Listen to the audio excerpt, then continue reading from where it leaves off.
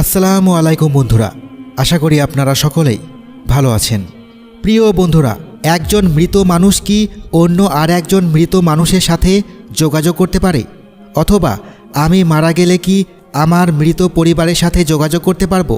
যদি আপনাদের এই বিষয় নিয়ে জানার ইচ্ছা থাকে তাহলে ভিডিওটি সম্পূর্ণ দেখবেন। কিছু হাদিসের বর্ণনা থেকে জানতে পারি যে মুমিন বান্দার মৃত্যুর পর একে অপরের সাথে সাক্ষাৎ করতে পারেন এবং তারা নতুন মৃত মুমিন ব্যক্তির কাছে জিজ্ঞাসা করে অমুক ব্যক্তির কি অবস্থা।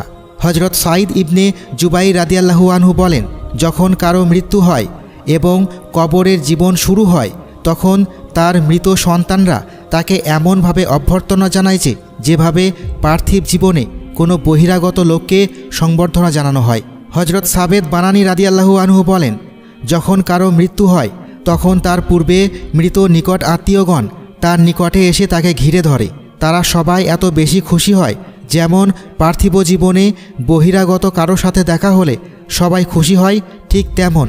অন্যদিকে কায়সার ইবনে কাবাইস রাদিয়াল্লাহু আনহু বলেন, হজরত মুহাম্মদ সাল্লাল্লাহু আলাইহি ওয়াসাল্লাম বলেছেন, কেউ যদি মুমিন অবস্থায় মৃত্যুবরণ না করে তবে তাকে অন্যান্য মৃত ব্যক্তির সাথে কথা বলার অনুমতি দেওয়া হয় না। একদিন একজন সাহাবী জিজ্ঞাসা করলেন, হে আল্লাহ রাসূল, একজন মৃতের সাথে কি অন্যান্য মৃত ব্যক্তি কথা বলতে পারে? তখন রাসূল সাল্লাল্লাহু আলাইহি ওয়াসাল্লাম বললেন, হ্যাঁ, তারা কথা বলেন এবং তাদের পরস্পরের সাথে দেখা সাক্ষাৎ হয়। হজরত আয়েশা রাদিয়াল্লাহু আনহা বলেন, রাসূল সাল্লাল্লাহু আলাইহি ওয়াসাল্লাম বলেছেন, যখন কোনো মুসলিম ব্যক্তি তার মুসলিম ভাইয়ের কবর জিয়ারত করে এবং সালাম দেয় এবং তার কবরের পাশে বসে, তখন কবরে সমাহিত মৃত ব্যক্তি তার সালামের জবাব দেয় এবং জিয়ারতকারী সেখান থেকে চলে আসা পর্যন্ত তাকে চিনতে এবং বুঝতে পারে।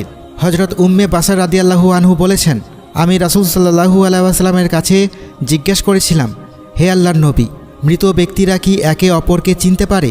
তখন তিনি উত্তরে আমাকে বললেন, তোমার উপর শান্তি বর্ষিত হোক। যেসব মুমিনের আত্মা আল্লাহ তাআলার উপর সন্তুষ্ট থাকে তারা জান্নাতের সবুজ পাখির হৃদয়ের অভ্যন্তরে থাকে। এখন বুঝে নাও, পাখিরা যখন বৃক্ষে একে অপরকে চিনতে পারে, কথা বলতে পারে, তাহলে মুমিন ব্যক্তিরাও তা পারবে। আবু সাঈদ খুদরি রাদিয়াল্লাহু আনহু বলেন, রাসূল সাল্লাল্লাহু আলাইহি ওয়াসাল্লাম বলেছেন, যখন কোনো ব্যক্তি কুরআন মাজিদ শিক্ষা শুরু করেন এবং তার শেষ করার পূর্বে মারা যায়, কবরে একজন ফেরেশতা তাকে কুরআন মাজিদ শিক্ষা দেন আর সে আল্লাহ তাআলার সাক্ষাৎ পাবে যখন সে সম্পূর্ণরূপে হাফেজ হবেন।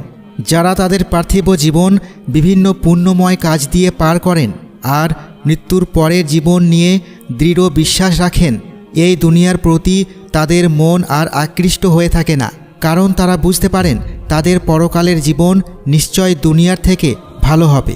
তখন তারা দুনিয়ার জীবন থেকে পরকালের জীবনকে বেশি প্রাধান্য দিয়ে থাকেন। অন্যদিকে অনেকেই আছেন যারা এই পার্থিব জীবনের সুখ শান্তির আশায় অন্যায় কাজে লিপ্ত হয়ে থাকেন। তারা মৃত্যুর কথা স্মরণ করলেই ভয় পায়। সুলাইমান ইবনে মালিক আবু হাজেম রাদিয়াল্লাহু আনহুকে জিজ্ঞেস করলেন, আমরা মৃত্যুকে ভয় পাই কেন? তখন উত্তরে তিনি বললেন, তোমরা দুনিয়ার জীবনকে খুব বেশি সুন্দরভাবে সাজাতে চাও, পরকালের কথা ভুলে যাও। এজন্যই তোমাদের সাজানো সুন্দর জায়গা হতে পরকালের কঠিন জায়গা পছন্দ হয় না। তখন সুলাইমান বললেন, আপনি সঠিক বলেছেন। আমাদের সকলের উচিত দুনিয়ার এই ক্ষণস্থায়ী জীবনের কথা না ভেবে পরকালের কথা ভাবা, দুনিয়ায় খারাপ কাজ ত্যাগ করা। এই ভিডিও থেকে আমরা বুঝতে পারলাম একজন মৃত ব্যক্তি অন্য মৃত ব্যক্তির সাথে যোগাযোগ করতে পারে এবং কথাবার্তা বলতে পারে।